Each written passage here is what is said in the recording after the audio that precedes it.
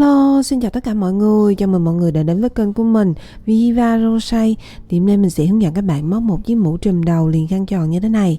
Ok, bây giờ chúng ta sẽ bắt đầu luôn nha. Thì chất liệu đây mình sử dụng đó là len shop nặng 75g một cuộn, và ở đây thì các bạn cần phải có 4 cuộn. Và kim móc đây mình dùng có độ dày đó là 6mm. Bước đầu đó là các bạn sẽ bước vào và móc mặt thứ nhất. Và ở mặt thứ nhất này gồm có hai phần. Phần thứ nhất là phần khăn tròn, phần thứ hai là phần mũ. Thì đầu tiên đó là mình sẽ hướng dẫn các bạn móc phần khăn tròn trước nha. Và để móc trước hết đó là các bạn cần phải lấy mũi đầu tiên. Và cụ thể cách làm sẽ là như sau. Trước hết là các bạn sẽ căng len ra như thế này. Sau đó các bạn sẽ dùng kim móc quấn vào len một vòng. Sau khi mà các bạn đã tạo được một phần lỗ như thế này rồi thì các bạn sẽ dùng kim móc kéo len qua phần lỗ như thế này cho mình. Như vậy là các bạn đã có được một mũi đầu tiên như thế này rồi. Bước tiếp theo đó là các bạn sẽ lên tổng cộng là 4 mũi móc xích.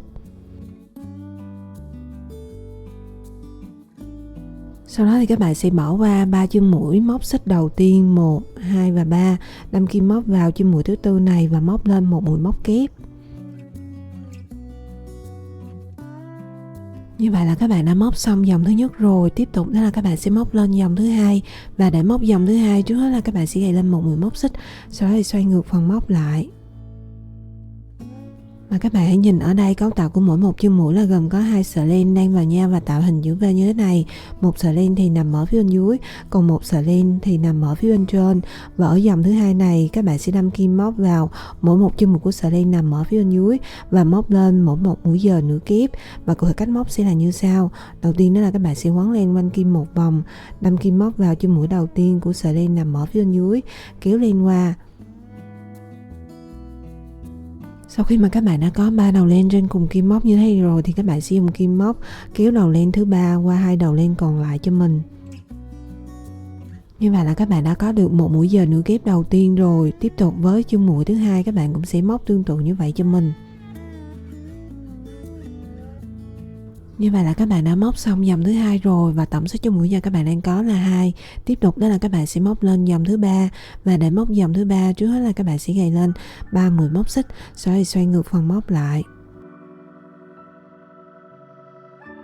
Và để cho cái khăn tròn này to dần qua các dòng thì ở dòng thứ ba này các bạn sẽ tăng một chân mũi cho phần rìa nằm ở phía bên tay phải, bằng cách là các bạn sẽ đâm kim móc vào chân mũi đầu tiên của sợi len nằm ở phía bên dưới và móc lên một mũi móc kép.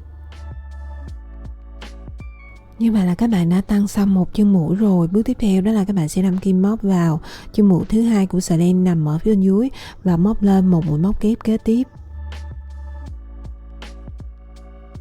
Như vậy là các bạn đã móc xong dòng thứ ba rồi, và tính luôn 3 mũi móc xích đầu tiên mà các bạn đã móc lên được tính là một chân mũi, thì tổng số chân mũi giờ các bạn đang có là 3. Tiếp tục đó là các bạn sẽ móc lên dòng thứ tư, và ở dòng thứ tư này các bạn sẽ giữ nguyên số chân mũi cho mình bằng cách là gài lên một mũi móc xích, sau đó xoay ngược phần móc lại. Và bắt đầu từ chân mũi đầu tiên này các bạn sẽ đâm kim móc vào mỗi một chân mũi của sợi len nằm ở phía bên dưới và móc lên mỗi một mũi dời nửa kép, và các bạn sẽ lặp lại cái bước như vậy cho đến hết chân mũi cuối cùng. Thì mình sẽ tiếp tục hướng dẫn các bạn nha.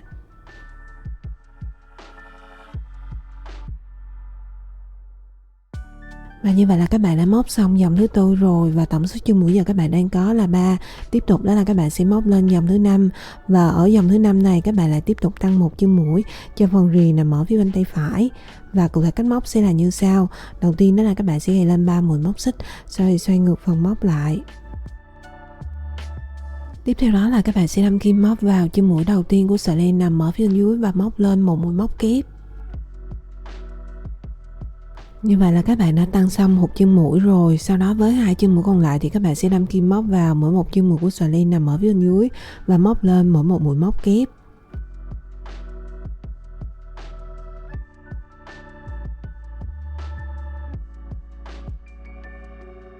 Và như vậy là các bạn đã móc xong dòng thứ 5 rồi, và tổng số chân mũi giờ các bạn đang có là 4. Tiếp tục đó là các bạn sẽ móc lên dòng thứ 6, và bắt đầu từ dòng thứ 6 này trở đi thì các bạn sẽ lặp lại cái bước xen kẽ của dòng thứ tư và dòng thứ 5 như mình đã hướng dẫn. Thì đối với dòng chẵn các bạn sẽ đâm kim móc vào mỗi một chân mũi của sợi len nằm ở phía bên dưới và móc lên mỗi một mũi dời nửa kép. Còn đối với dòng lẻ thì các bạn sẽ tăng một chân mũi cho phần rìa nằm ở phía bên tay phải, và các bạn sẽ móc lên bằng cái mũi móc kép, và các bạn sẽ lặp lại cái bước như vậy cho đến hết dòng thứ 64. Thì mình sẽ tiếp tục hướng dẫn các bạn nha. Sau khi mà các bạn đã móc xong dòng thứ 64 rồi thì tổng số chân mũi giờ các bạn đang có là 33. Và sau khi mà các bạn đã móc xong dòng thứ 64 thì các bạn đã móc xong phần khăn tròn, và bắt đầu từ dòng thứ 65 trở đi thì các bạn sẽ chuyển qua móc phần mũ. Vì vậy mà các bạn không cần tăng mũi cho phần rì nằm ở phía bên tay phải nữa, mà các bạn sẽ giữ nguyên số chân mũi cho mình. Và cụ thể cách móc sẽ là như sau. Đầu tiên đó là các bạn sẽ gài lên 3 mũi móc xích, sau đó thì xoay ngược phần móc lại.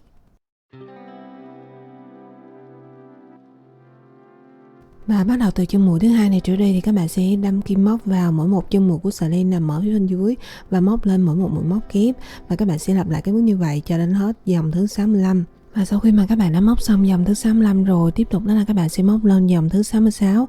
Và ở dòng thứ 66 các bạn sẽ đâm kim móc vào mỗi một chân mũi của sợi len nằm ở phía bên dưới và móc lên mỗi một mũi dời nửa kép. Và sau khi mà các bạn đã móc xong dòng thứ 66 rồi, với các dòng còn lại các bạn sẽ lặp lại cái bước xen kẽ của dòng thứ 65 và dòng thứ 66. Và tổng số chân mũi sau khi mà các bạn móc xong cho mỗi dòng sẽ giữ nguyên là 33 chân mũi, và các bạn sẽ lặp lại cái bước như vậy cho đến hết dòng thứ 78. Thì mình sẽ tiếp tục hướng dẫn các bạn nha. Sau khi mà các bạn đã móc xong dòng thứ 78 rồi thì bắt đầu từ dòng thứ 79 trở đi các bạn sẽ giảm mũi cho phần rì nằm ở phía bên tay phải, và cụ thể cách móc sẽ là như sau. Đầu tiên đó là các bạn sẽ gài lên 2 mũi móc xích, sau đó xoay ngược phần móc lại. Tiếp theo đó là các bạn sẽ đâm kim móc vào chân mũi thứ hai của sợi len nằm ở phía bên dưới và kéo len qua lần thứ nhất. Sau đó với chân mũi thứ ba các bạn cũng sẽ móc tương tự như vậy cho mình. Sau khi đã có 3 đầu len trên cùng kim móc như thế rồi thì các bạn sẽ dùng kim móc kéo len qua 3 đầu len này cho mình. Như vậy là các bạn đã giảm xong 2 chân mũi rồi. Với các chân mũi còn lại thì các bạn sẽ đâm kim móc vào mỗi một chân mũi của sợi len nằm ở phía bên dưới và móc lên mỗi một mũi móc kép. Và các bạn sẽ lặp lại cái bước như vậy cho đến hết dòng thứ 79 thì mình sẽ tiếp tục hướng dẫn các bạn nha. Và sau khi mà các bạn đã móc xong dòng thứ 79 rồi, tiếp tục đó là các bạn sẽ móc lên dòng thứ 80. Và ở dòng thứ 80 này các bạn sẽ giữ nguyên số chân mũi cho mình bằng cách là các bạn sẽ đâm kim móc vào mỗi một chân mũi của sợi len nằm ở phía bên dưới và móc lên mỗi một mũi dời nửa kép. Và sau khi mà các bạn đã móc xong dòng thứ 80 rồi, với các dòng còn lại các bạn sẽ lặp lại cái bước xen kẽ của dòng thứ 79 và dòng thứ 80 như mình đã hướng dẫn, và các bạn sẽ lặp lại cho đến hết dòng thứ 85 thì mình sẽ tiếp tục hướng dẫn các bạn nha. Sau khi mà các bạn đã móc xong dòng thứ 85 rồi thì các bạn đã móc xong phần mũ. Bước tiếp theo nữa đó là các bạn sẽ kết mũi lại bằng cách là gài lên một mũi móc xích, kéo lên ra một đoạn và dùng kéo cắt đi phần đoạn len thừa này cho mình.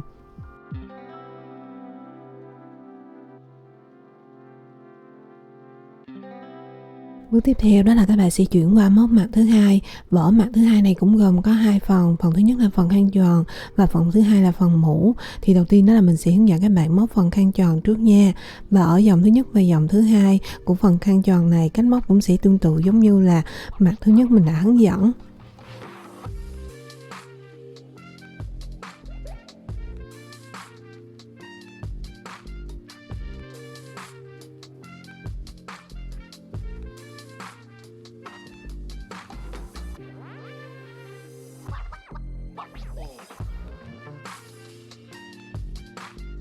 Tiếp tục đó là các bạn sẽ móc lên dòng thứ ba, và ở dòng thứ ba này các bạn sẽ tăng một chân mũi cho phần rì nằm ở phía bên tay trái bằng cách là gài lên 3 mũi móc xích, sau đó thì xoay ngược phần móc lại. Đâm kim móc vào chân mũi thứ hai của sợi len nằm ở phía bên dưới này và móc liên tục 2 mũi móc kép cùng một chân.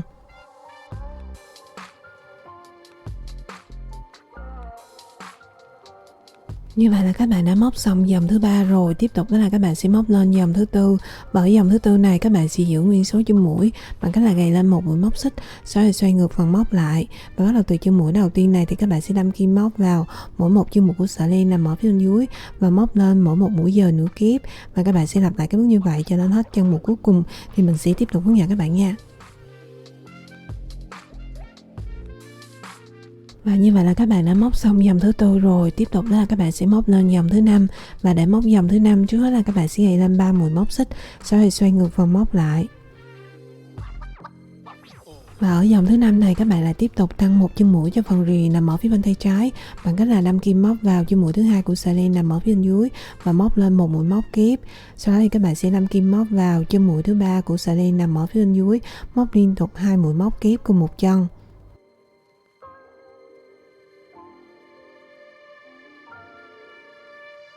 Như vậy là các bạn đã móc xong dòng thứ năm rồi. Tiếp tục đó là các bạn sẽ móc lên dòng thứ 6 và bắt đầu từ dòng thứ 6 này trở đi thì các bạn sẽ lặp lại cái bước xen kẽ của dòng thứ 4 và dòng thứ 5 như mình đã hướng dẫn, và các bạn sẽ lặp lại cho đến hết dòng thứ 64 thì mình sẽ tiếp tục hướng dẫn các bạn nha. Sau khi mà các bạn đã móc xong dòng thứ 64 rồi thì các bạn đã móc xong phần khăn tròn, và bắt đầu từ dòng thứ 65 trở đi thì các bạn sẽ chuyển qua móc phần mũ. Vì vậy mà các bạn không cần tăng mũi nữa mà các bạn sẽ giữ nguyên số chân mũi cho mình, và cách móc sẽ tương tự giống như là mặt thứ nhất mình đã hướng dẫn, và các bạn sẽ lặp lại cái bước như vậy cho đến khi nào mà các bạn móc dòng thứ 79 và còn lại 3 chân mũi cuối cùng thì mình sẽ tiếp tục hướng dẫn các bạn nha. Sau khi mà các bạn đã móc dòng thứ 79 và còn lại 3 chân mũi cuối cùng như này rồi thì bước tiếp theo đó là các bạn sẽ giảm đi 2 chân mũi bằng cách là các bạn sẽ đâm kim móc vào chân mũi thứ 31 của sợi len nằm ở phía bên dưới và kéo lên qua lần thứ nhất. Tiếp tục với chân mũi thứ 32 và chân mũi thứ 33 các bạn cũng sẽ móc tương tự như vậy cho mình. Sau khi đã có 4 đầu len trên cùng kim móc như thế rồi thì các bạn sẽ dùng kim móc kéo lên qua 4 đầu len này cho mình. Như vậy là các bạn đã giảm xong 2 chân mũi và các bạn đã móc xong dòng thứ 79 rồi. Tiếp tục đó là các bạn sẽ móc lên dòng thứ 80, và ở dòng thứ 80 này các bạn sẽ giữ nguyên số chân mũi bằng cách là các bạn sẽ đâm kim móc vào mỗi một chân mũi của sợi len nằm ở phía bên dưới và móc lên mỗi một mũi dời nửa kép. Và sau khi mà các bạn đã móc xong dòng thứ 80 rồi, với cái dòng còn lại các bạn sẽ lặp lại cái bước xen kẽ của dòng thứ 79 và dòng thứ 80 như mình đã hướng dẫn, và các bạn sẽ lặp lại cho đến hết dòng thứ 85 thì mình sẽ tiếp tục hướng dẫn các bạn nha.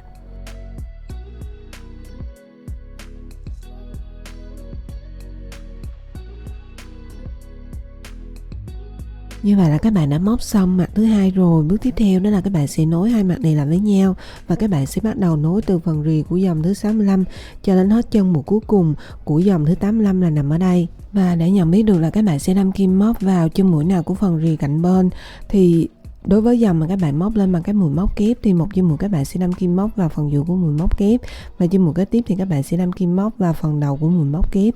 Còn đối với dòng mà các bạn móc lên bằng các mũi dời nửa kép thì các bạn sẽ móc lên một mũi móc đơn, và các bạn sẽ lặp lại cái bước như vậy cho đến hết chân mũi cuối cùng.